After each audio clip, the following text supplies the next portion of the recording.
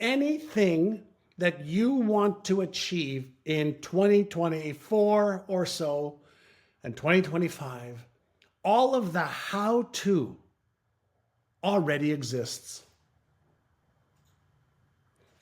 So that means how to or not knowing how to is not your problem. You're just not committed with a big enough reason why you must. And so you are interested and you do what's easy and convenient instead of whatever it takes. Period. End of story. Yeah.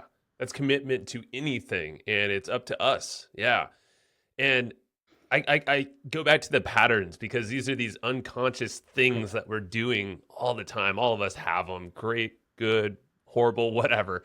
We can label them however we wish. But like, how would you suggest? What are some strategies that you guide people on how to acknowledge the pattern or become aware of these patterns in themselves? Maybe the core ones that you see are pretty common that probably should get broken to elevate themselves to the next level. Yeah. So first, um, one of the things that I used to do many years ago, and when I work with private clients, is one of the things I talk to them about. I say, take a sheet of paper or your iPad or your computer or cell phone, and start to observe and write down, what do you do every hour? Mm-hmm. What do you do every hour? Don't judge it. Just write it down.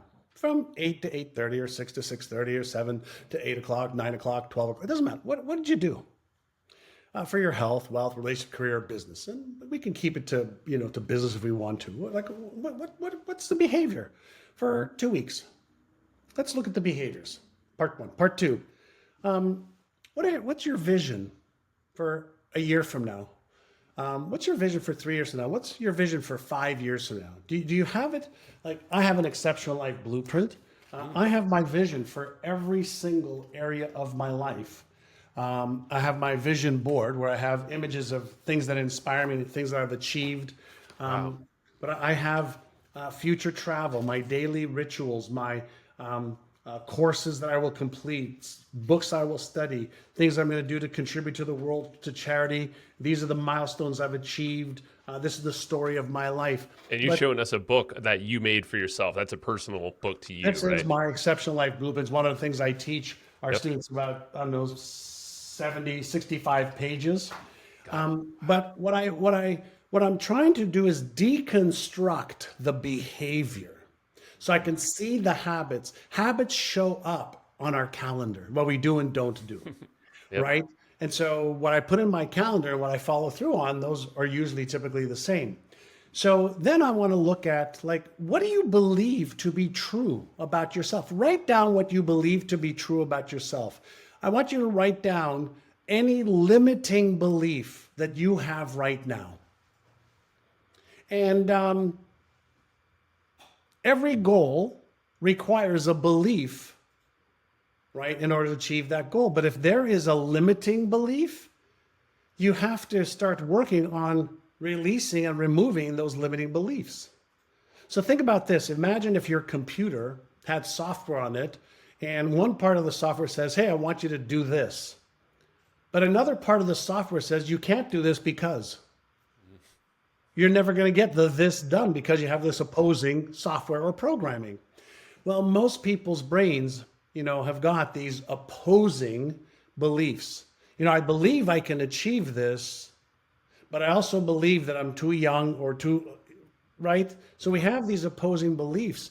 So first, I set together a vision for what I want. Then I ask myself if I'm committed to it and why must I achieve it? Then I say, okay, in order for me to achieve it, what would I need to believe about myself and the achievement of this goal? I write those out.